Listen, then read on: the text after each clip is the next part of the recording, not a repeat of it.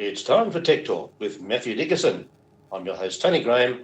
Good morning, Matthew. Hey, good morning, Tony. Great to chat again. Yes, it certainly is. Now, first cab off the rank. What did Microsoft just drag up from the bottom of the ocean? Well, you don't actually associate Microsoft with ocean exploration. Maybe they do have some ocean exploration part of Microsoft, but this is something that's a little bit different. They actually dragged up something that they sank a couple of years ago.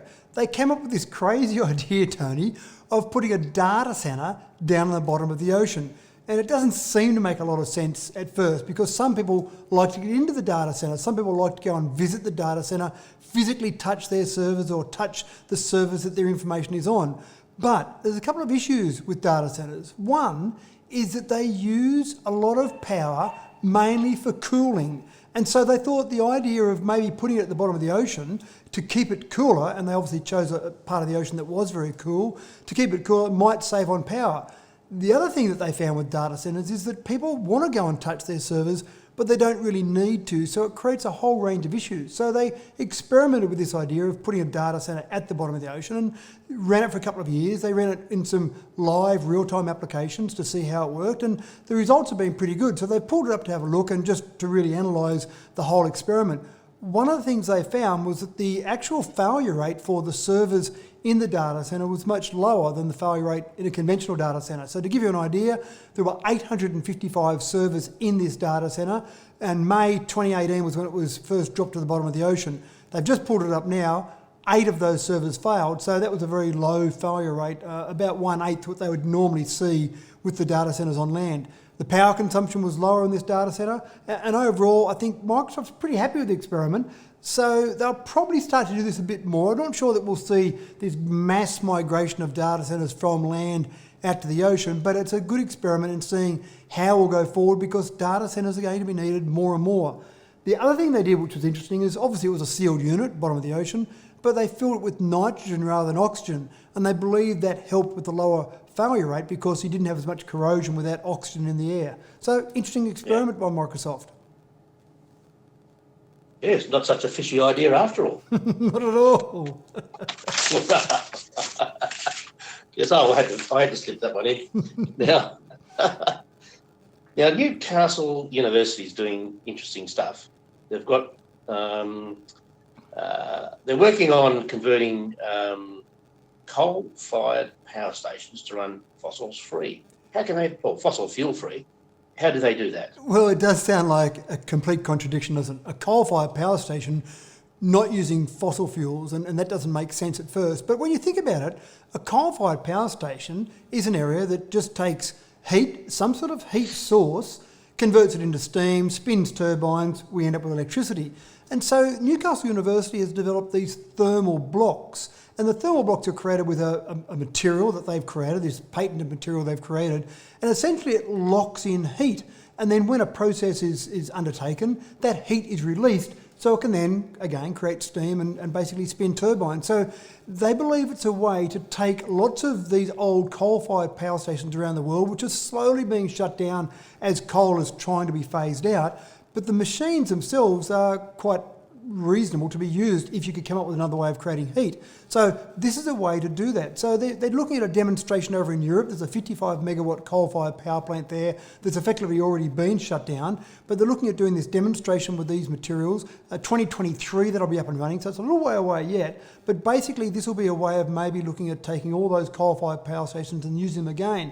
And it's a fairly complicated process, but the simplistic way they've looked at explaining it is like a choc chip muffin. They've said when you put a choc chip muffin in the microwave, you heat it up and it comes out, and most of the muffin you can actually touch with your hands and it's okay. But if you bite into one of those choc chips, what's inside that is much hotter than what's around the outside. And that's the way they're trying to describe this particular material, where the heat is locked into certain components of it and then can be released through the chemical process. So sounds interesting, sounds fascinating in terms of the research being done there.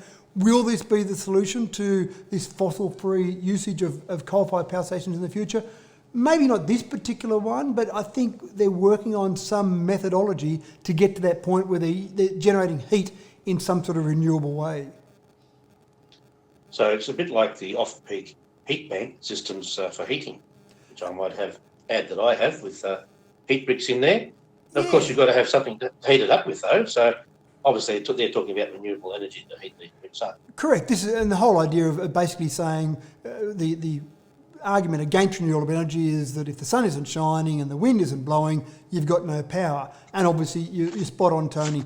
You would create the heat capture in these bricks while using renewable power. So spinning turbines, having the sun shining, you'd lock it into these bricks, and then they could be transported to have them sitting there as a fuel source for a coal-fired power station when you need it, so you can even out that supply. So again, very clever way of looking at how you might even out that supply and using renewable energy along the way. Now the next question, Matthew, is how many foals does the Treasury claim they can fold a $10 note before it fails? Oh no, sorry, it's how many foals does Motorola claim for the Razor? Yeah, well, I'm not sure with the first question you asked, Tony, because I haven't seen a $10 note for a long time. Everything's electronic these days.